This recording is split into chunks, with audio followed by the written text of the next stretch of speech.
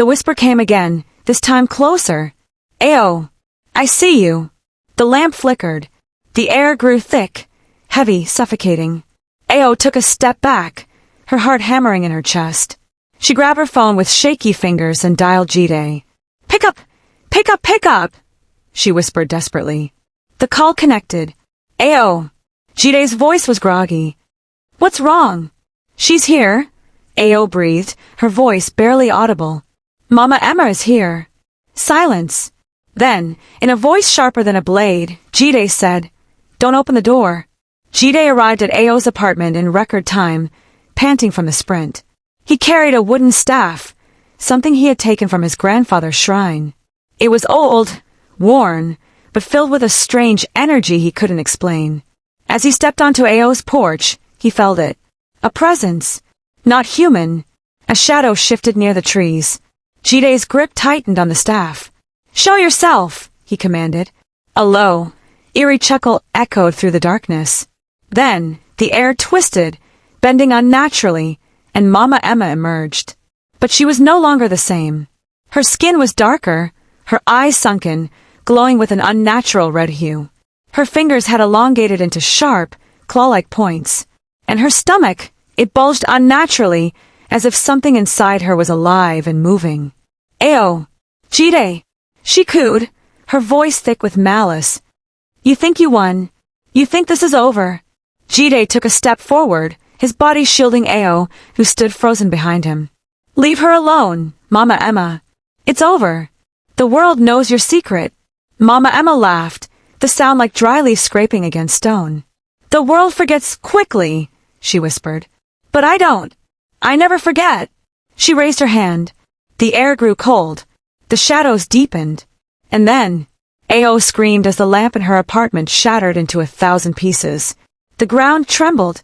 Jide gritted his teeth and raised the staff. Not today, witch. With a swift motion, he slammed the staff into the ground. A golden shockwave erupted from the wood, sending a ripple of energy through the air. Mama Ema shrieked, her form flickering like a dying flame. For a moment, just a moment, she looked afraid. You think this will stop me? She spat, her voice distorted. You think light can drive out what lives in the darkness? Jide didn't answer. He tightened his grip and stepped forward. If you ever come near Ao again, I swear I will end you. Mama Ema's lips curled into a sinister smile.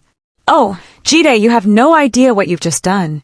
Then, with one final, bone-chilling laugh, she melted into the shadows. The silence that followed was deafening. Ao collapsed onto her knees, gasping for air. Jide dropped the staff, sweat dripping from his forehead. The night air felt thick, heavy. But Mama Ema was gone. For now. Jide helped Ao to her feet. Their eyes met, and in that moment, they knew this wasn't over. Not even close. Mama Ema would return. And next time, she wouldn't come alone. The night in Abema was thick with silence, but in that silence, something stirred. Something dark. Something ancient. Mama Ema had returned. And she was not alone. Ao barely slept that night. Every creak, every whisper of the wind sent chills down her spine. She kept replaying the last moments. Mama Ema's twisted smile, her eerie laughter, the way she melted into the shadows like she was never truly human. But what haunted Ao most was Jide's last words. If you ever come near Ao again, I swear I will end you. Mama Ema had laughed. Not in fear, not in defeat, but in promise. Far away, deep in the forbidden forest, Mama Ema knelt before a crumbling shrine. The air around her was heavy with decay, the trees twisted into monstrous shapes. At her feet, a large clay bowl sat filled with thick black liquid. She dipped her fingers in, smearing the liquid across her face. Her lips moved in whispers, calling a name that had not been spoken in over 100 years. Baba Yaga. Baba Yaga. The wind howled. The trees groaned. And then, a pair of glowing yellow eyes blinked open in the darkness. A deep voice rumbled, ancient and terrifying. Who calls me? Mama Ema bowed her head, her voice trembling with power. It is I, Mama Ema. I seek revenge. A low chuckle echoed from the shadows. Ah, revenge. Such a sweet taste. Tell me, child, Who has wronged you? Mama Ema's fingers dug into the dirt. A girl and a boy. Ao and Jide. They ruined me. They must pay. The darkness around her shifted. Something moved. A massive figure stepping forward. He was tall, unnaturally so, with skin like cracked earth and eyes that glowed like burning coals. Baba Yaga, the most feared sorcerer in all the land. He tilted his head, his voice like the sound of thunder rolling across the sky. And what do you offer in return? Mama Ema didn't hesitate. She reached into her golden pot, pulling out a small, writhing object. A heart, blackened and still beating. Baba Yaga smiled, revealing rows of jagged teeth. Very well. Let the hunt begin. The next morning, Jide woke to the sound of knocking. Not the sharp, impatient kind, but slow, rhythmic. Knock, knock, knock. He sat up, his heartbeat quickening. Something was wrong. Ao had spent the night in his apartment, too afraid to be alone. He glanced toward the couch where she slept, her face peaceful but tense, as if even in dreams, she was running from something. The knocking came again. Jide moved carefully, grabbing the staff he had used the night before. He approached the door, pressing his ear against it. Silence. Then, from the other side, Jide opened the door.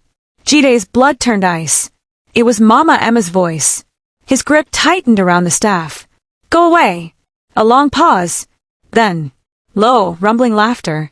But this time, it wasn't just Mama Ema. There was something else. Something deeper. Something monstrous. Then, in a voice that was not human, it whispered, You cannot hide from me. Ao stirred on the couch. Jide, she mumbled, rubbing her eyes. Before Jide could respond, the door exploded inward. A dark wind rushed into the room, carrying the stench of decay. Jide was thrown backward, crashing against the wall. Ao screamed, shielding her face as the force knocked over furniture and sent papers flying. And then they saw him. Baba Yaga. He stepped through the broken doorway, his massive frame barely fitting inside. His skin was cracked like old leather, his fingers long and sharp, his eyes glowing like dying embers. Beside him stood Mama Ema, her face twisted with triumph. Ao scrambled backward. Jide, what is that? Jide groaned, pushing himself up. His vision blurred from the impact, but he forced himself to focus. That is Baba Yaga. Mama Ema's lips curled. You thought you won, didn't you? She sneered. But you don't know the power I serve.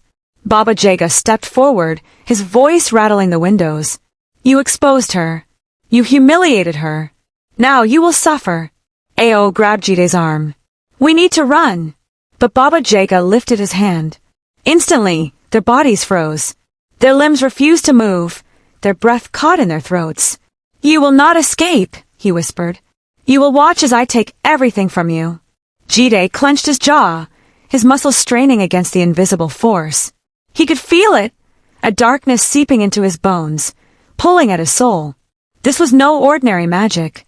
This was ancient, deadly. But then, a rustling outside, a presence. Someone was watching. And then out of nowhere, a dagger flew through the air, striking Baba Yaga in the chest. The spell broke. Jide gasped, falling to his knees. Ao stumbled forward, coughing. Mama Ema and Baba Yaga turned sharply toward the source of the attack. And there, standing in the shadows of the alleyway, was Jide's friend, Bisi. But she wasn't alone. Behind her stood a small group of market women, their faces set with determination. In their hands, they held charms, staffs, and weapons coated in something Jide instantly recognized, blessed oil. Bisi stepped forward, her voice steady. You thought you could destroy them?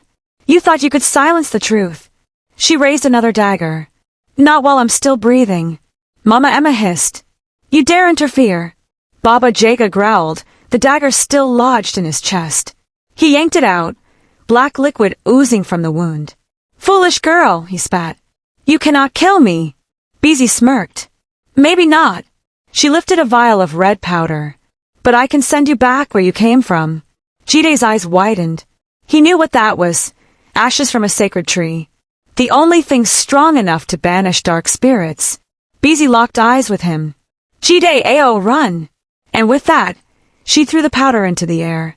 A deafening roar shook the streets as the sacred dust exploded into light, consuming Baba Yaga and Mama Ema in a swirling storm of energy.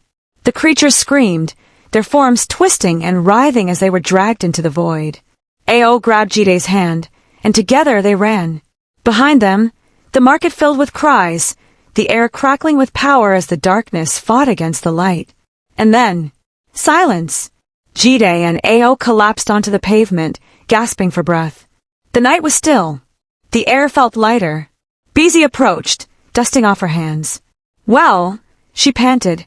That was dramatic. Jide looked up at her, his heart still racing. Is it over? Bisi hesitated. Then she shook her head. No, she said softly. But it's a start. Ao exhaled, looking at the sky. Then we better be ready. Because they all knew the truth. Mama Ema and Baba Yaga would be back. And next time, they would be stronger. The market was quiet again. The air, once thick with fear, now carried whispers of relief. Jide, Ao, and Mama Bisi sat in the small restaurant, exhausted but victorious. It's over, Mama Bisi sighed, sipping water from a cup, her hands still trembling. Jide shook his head. No, it's not. His voice was low, almost a whisper. Ao frowned. What do you mean? Jide stood up and walked toward the door, his eyes scanning the darkening streets. Mama Ema may be gone, but something doesn't feel right. Mama Bisi shivered. Baba Yaga swore she would return stronger. Ao tried to shake off the fear. We'll be ready, she said, forcing a smile. This time A loud crash. The three of them jumped to their feet. The sound had come from outside. Jide rushed to the window and peered into the street. Nothing. The market was empty. But then, Ao gasped. Look! A shadow moved in the distance. A tall figure in a tattered robe stood under the dim streetlight. His red eyes glowed like embers in the night. His face was hidden, but his presence sent a chill down their spines. Mama Bisi's voice shook. Who is that? The figure raised one hand. Slowly, he stretched out his fingers and whispered something into the air. The wind picked up. The air grew colder. And then a deep, throaty laugh echoed through the night. Mama Ema's laugh. Ao stumbled back, knocking over a chair. No, that's impossible. Jide clenched his fists. She's back. The figure turned and disappeared into the darkness. And just like that, the nightmare was far from over. I hope you enjoyed the part 4 of the story which you have just watched. And if yes, what are the lessons you can craft from the story? Let's discuss them in the comment section. Please do not forget to like my video. Share to as many people as possible. Also, don't forget to subscribe to support my channel. Do hit the notification bell to keep you informed when I upload the part 5 of the story. Thank you for watching. Until we meet again, keep watching and stay connected.